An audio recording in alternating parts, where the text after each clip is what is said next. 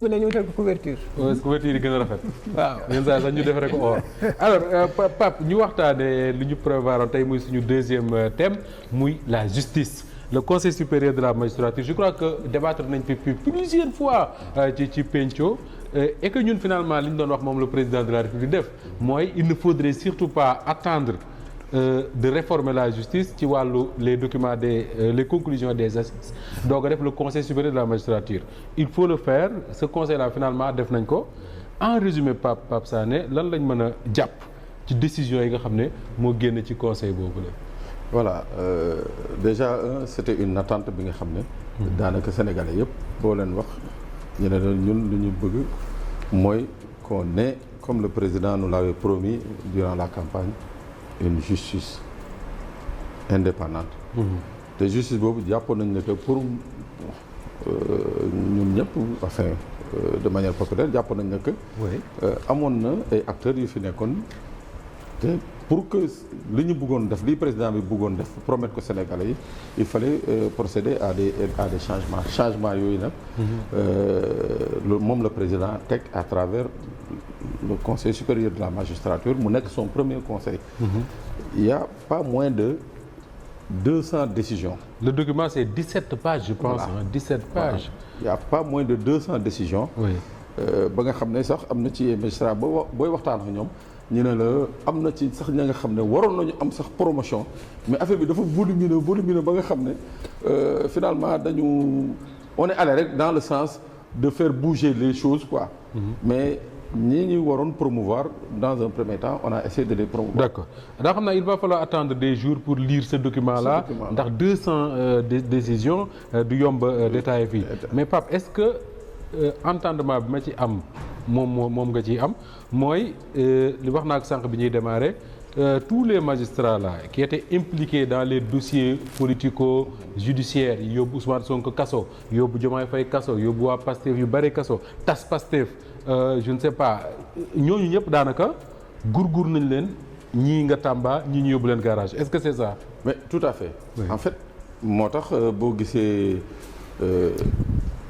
nit ñi perception yi mooy maanaam. attente bi ñu amoon boo gisee ci réseaux sociaux yi nit ñi ni ñu kontaanee woon. day rappeler un peu décision bi nga xam ne moom la fi. juge bi nekk Ziguinchor jëloon wala juge bi nekkoon Thior jëloon fii c'est-à-dire ni ko nit ñi approprié bii it bi mu ñëwee noonu la ko approprié parce que boo ko xoolee la plupart des magistrats yi nga xam ne ils étaient dans ce qu'on appelait le processus d'emprisonnement de liquidation du Pastef ñoom ñëpp daanaka ils ont été relevés ça c'est déjà quelque chose de salutaire c'était une attente bi nga xam ne une exigence bi nga xam ne moom la Sénégal yi doon xaar léegi nag ci noonu on a vu également des gens yi nga xam ne des magistrats à un certain moment ils ont eu à prendre leur courage à deux mains jël ay décisions yi nga xam ne moom laa fàttali léegi Sénégalais yi jàpp nañ ni que bi ñuy jël décisions yi wax fa dëgg yàlla ils ont rendu d'abord ils se sont rendu service à eux-mêmes mais ils ont rendu un bon service justement à Dame Justice donc ñooñu tamit gis nañ ni que ñu defal leen promotion. loolu d'accord qu'est-ce que ça veut dire quelque. oui vas-y. kon Maham Diallo. doyen des juges Mamadou Seck juge d'instruction. procureur Abdou Karim Diop procureur. El Hadj Issa Ndiaye mi nga xam ne moo àtte woon l'affaire Sweet Beauté. ñeent ñi ñoom ña nga Tamba. wala boog dañuy dem Tamba. waaw maintenant le procureur l'ami de Mame Birame la mi cité très souvent ki fi doon wax rebelle yi. moo fi waxoon ne rebelle 30 rebelles ñoo réer xaw ma. il s'appelle ko Amadou Diouf. waaw. Garage je crois comment est-ce qu'on dit ça. administration centrale loolu mooy garage rek. mooy garage de dépôt la garage ngay génn. non mais c'est à l'administration centrale ça peut être un poste de direction hein. Oui. Dépôt la Laisse-moi essayer d'être sérieux.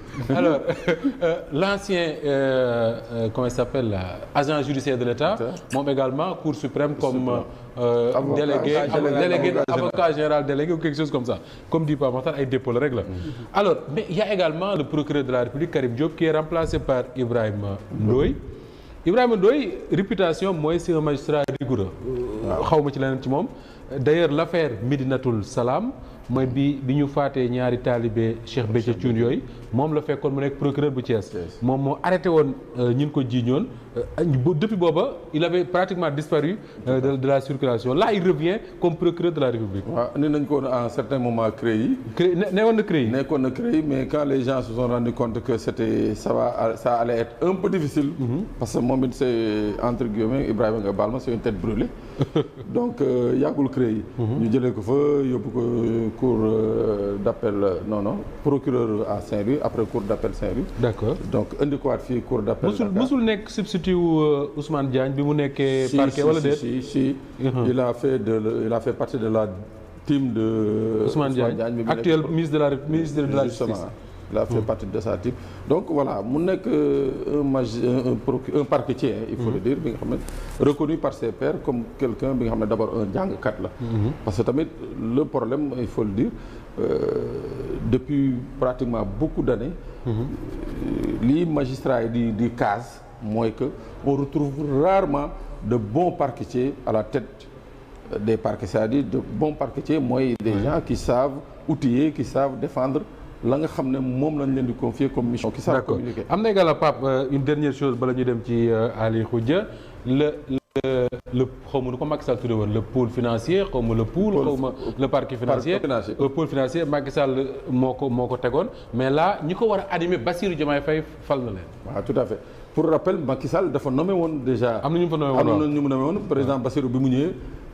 daal di abrogé décret boobu ak décret président cour suprême exactement am na président aussi El Hadji Mansour Mbaye mooy l'ancien procureur général de la cour suprême bi nga xam ne wax fa dëgg yàlla je crois il le mérite vraiment au vu des témoignages yi nga xam ne ses pairs war def nañ ko mais ci wàllu pôle financier bi xam nga Moussa Wade ci am solo maa ngi koy fàttali keroog barki démb jeudi sama chronique ma ne en fait soo gisee ba tey jii audit yi ñuy wax nii wala yenn reddition des comptes mënul entamer c'est-à-dire il y a une loi qui a été votée et qui a consacré le pôle financier donc qu'est-ce qu'il fallait faire jël dossier yi confier ko procureur de la République ñu retrouver wu sur des vices de procédure finalement donc la meilleure solution c'était d'attendre que le pôle financier soit installé ñu mën a jël baa du boo ko créer rek.